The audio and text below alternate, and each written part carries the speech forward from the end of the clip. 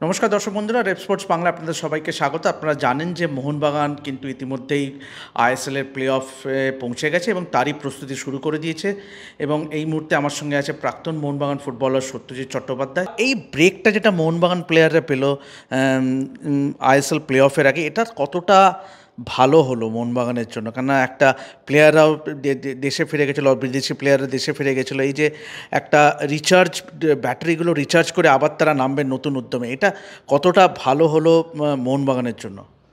এখানে দুটো দিক আছে, বুঝতে পেরেছিস? যে সাইকোলজিক্যাল দুটো দিক আছে এবং ফিজিক্যালিও দুটো দিক আছে, মনস্তাত্ত্বিক দুটো দিক আছে। সবই দুদিকেই ব্যাপার আছে। একটা যারা খেলার ধারা চলতে চলতে থাকে, তার একটা পারফরমেন্স হয়, সেইটা যখন ব্রেক হয়, আমরা আমরা আমাদের মনে হতো যে ব্রেক হলে বোধহয় ছন্দপতন ঘটে গেলো। ধর আমি খুব ভালো, দুরকম, যে ভালো খেলে যাচ্ছে তার কাছে এটা কিন্তু একটা অসুবিধের কারণ হলো। যে বাজে মানে সেই পারফরমেন্সটা করতে পারছে না, সে একটা ব্রেক পেল, সে ঘুরে আসবার তার পক্ষে ভালো হলো।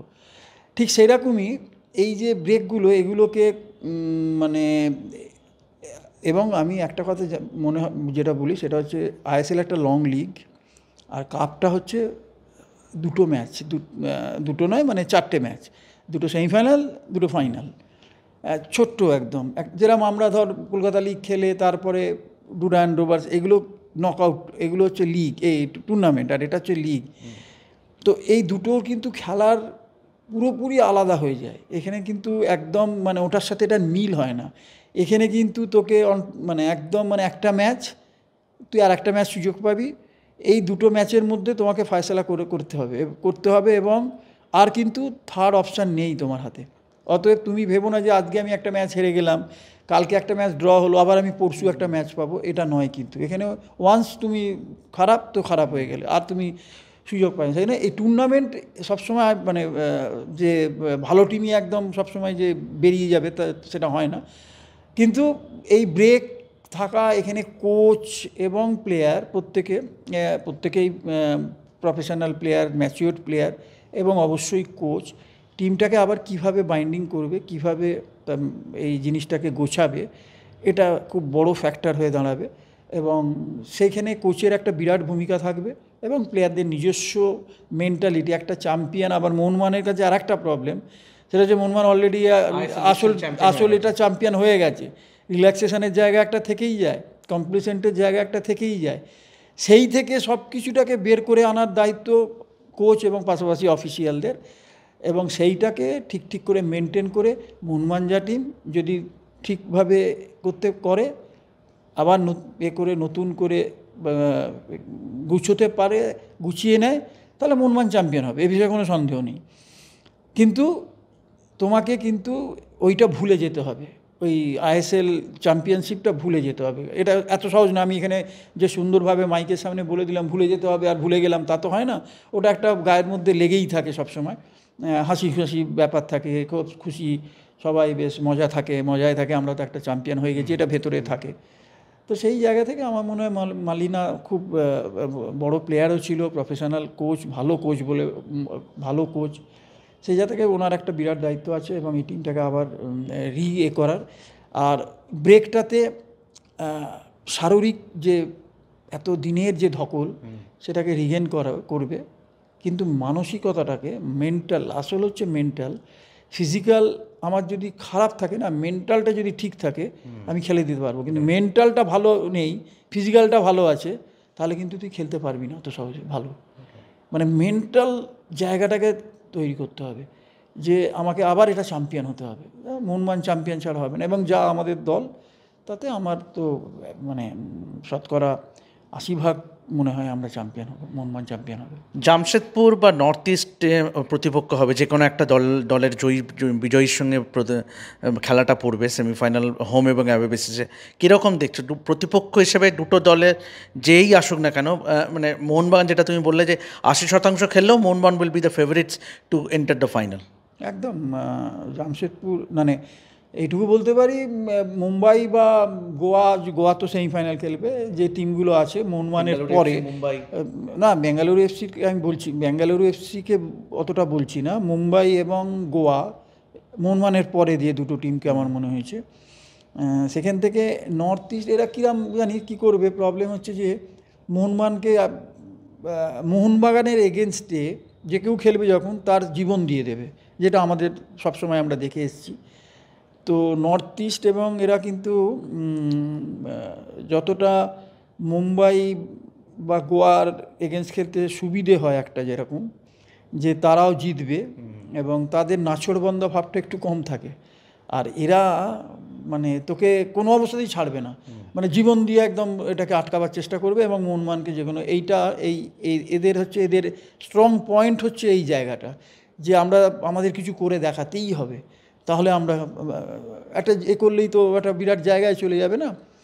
তো সেখান থেকে আমি মানে খুব সতর্ক থাকতে হবে এই দুটো টিমের, যেই উঠুক খুব সতর্কভাবে খেলতে হবে এদেরকে। প্রথমেই যদি না ব্যাপারটাকে ফার্স্ট লেগেই যদি না ধ্বংস করা যায় তাহলে কিন্তু সমস্যা হবে, মানে সমস্যা হবে পরের লেগের জন্য বাঁচিয়ে রাখলে কিন্তু ঝামেলা আছে, মানে ড্র হয়ে গেল ফার্স্ট লেগটা বা হয়ে গেল, এসব করলে হবে না, 1 গোলে জেতা সেটাও হবে না, একটু বেটার জায়গায় এদেরকে করে দিতে হবে। এবং একটা জিনিস আমার ভালো লাগে যে জামশেদপুরের একটা জিনিস আমার, যেটা খালিদ জামিল আছে ভারতীয়, আমার খুব ভালো লাগে ওকে, ও কোচ আছে, ওর একটা স্ট্রং মেন্টাল আছে, সেইটা কিন্তু এটা মাথায় রাখতে হবে। প্লেয়ারদের কিন্তু চার্জ করবো, মোহনবাগান ইস্ট বেঙ্গল কোচ করে গেছে, ও লাজংয়ের হয়ে আই লিগ চ্যাম্পিয়ন হয়েছে, এটা একটা মজার ব্যাপার নয় বা এত সহজ নয় ব্যাপারটা, ও যেটা কাজটা করেছে। খালিদ জামিল যদি ওঠে মানে জামশেদপুর, তাহলে কিন্তু সতর্ক থাকতে হবে মোহনবাগানকে, কেন ও চার্জ করবে প্রচণ্ড। আর নর্থ ইস্ট তার স্বাভাবিক খেলা খেলবে, কিন্তু নর্থ ইস্টে কয়েকটা ফরেনার ভালো আছে, তো সেগুলো মাথায় রাখতে হবে। আদারওয়াইজ দেখ, মোহনবাগানের এক্সপেকটেশান অনেক হাই, সেখানে মোহনবাগানকে ডেফিনেটলি তারা প্লেয়ার্স বল, কোচ বল, অফিসিয়াল আমরা যারা সবাই যারা আছে তারা অনেক সতর্ক থাকতে হবে, এটুকু বলতে পারে। এবং মোহনবাগান তাদের নিজস্ব ধারার যে ফুটবল আইএসএল এতদিন খেলে এসছে সেটাকে বজায় রাখতে পারলেই 70-80% আমার মনে হয় Mohun Bagan will be the champion again. মনভীরের ইন্ডিয়া ক্যাম্পে যে চোটটা পেল, মানে আইএসএল প্লে অফ সামনে যে আশঙ্কাটা করা হচ্ছিল যে ক্যাম্পে গিয়ে যদি কোনো প্লেয়ারের চোট পায়, এবং সে এমনই চোট যে চোটটা এতটাই গুরুতর যে তাকে ফিরেও আসতে হলো কলকাতায়, তো এইটা নিয়ে কি বলবে? হ্যাঁ, আঘাত নিয়ে কিছু বলার নেই, আজ লাগতে পারে কাল লাগতে পারে, আর দেশের হয়ে খেলতে গিয়ে লাগাটার কোনো ব্যাপার নয়, মানে এটা হতেই হয়, দেশ অনেক আগে, দেশ সবসময় আগে, দেশের হয়ে যে খেলতে পারাটা গর্বের বিষয়, এবং ক্লাব থেকে তো দেশের হয়ে খেলার জন্যই তো, এটাই তো আমাদের স্বপ্ন, ভালোবাসা।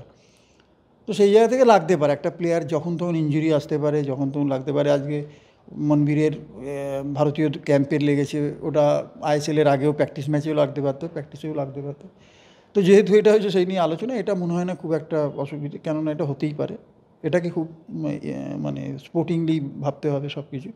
যেটা বলার, আমি বারবার বলে আসছি যে একটা কথা, জাতীয় কোচ এবং ক্লাব কোচ কখনোই এক হওয়াটা ঠিক না, বোধহয় এটা একটা কোথাও টেকনিক্যালি কোথাও একটা খাটে না।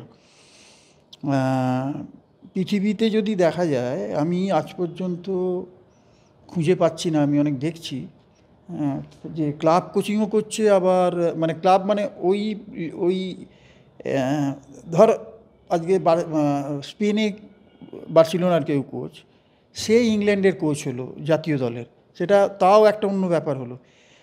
স্পেনেরই ক্লাবের বার্সেলোনার কোচ আবার স্পেনের ন্যাশনাল টিমের কোচ, বা ইংল্যান্ডের বা জার্মানির বা ব্রাজিল বা আর্জেন্টিনা যারই হোক, এরম আমি কখনো দেখিনি। এইটা আমার কাছে একটু টেকনিক্যালি একটা কোথাও, বা টেকনিক্যালি বল বা বাস্তবিক দিক থেকেই বল, এটা হয়নি কোনো দিন। এটা কোথাও একটা বায়াস টেস্ট চলেই আসে, কারণ এফসি গোয়াতে যেহেতু ব্যাপারটা বায়াসনেস আসুক না আসুক, আমি যদি আজ কমিউনিটিতে বসি, তোরা সবাই বলবি মোহনবাগানের সাথে জারি খেলা হোক, আমি যতই নিউট্রাল থাকার চেষ্টা করি, তোরা বলবি যে সত্যতা সবসময় মোহনবাগানকে ফেভার করে কথা বলে, এরকম একটা ব্যাপার এসে যায়। উনি ডেফিনেটলি একজন প্রফেশনাল কোচ, উনি একদম নিউট্রাল, একদম সব ঠিক, কিন্তু ওই একটা কথা থেকেই যায় কোথাও না কোথাও। সেই জন্য এই জায়গাটা আমার কাছে খুব একটা মানে পছন্দ মনে হচ্ছে না, এটা পছন্দও বলবো না, এটা বোধহয় ঠিক না, এটাকে ভাবতে হবে, মানে ফেডারেশনকে ভাবতে হবে, এটা উনি তাহলে ক্লাব কোচিংটাকে সরাতে হবে, দিয়ে দেশের কোচ করুক, সেটা আলাদা কথা। আর কিন্তু সত্যতা- এইখানে আমি তোকে বলবো এই জায়গাটা মনবীরের লাগাটা এটা এটা এটা লাগতেই পারে। It's it's it's happy Part and এটা parcel. পার্ট অ্যান্ড পার্সেন্ট ব্যাপার।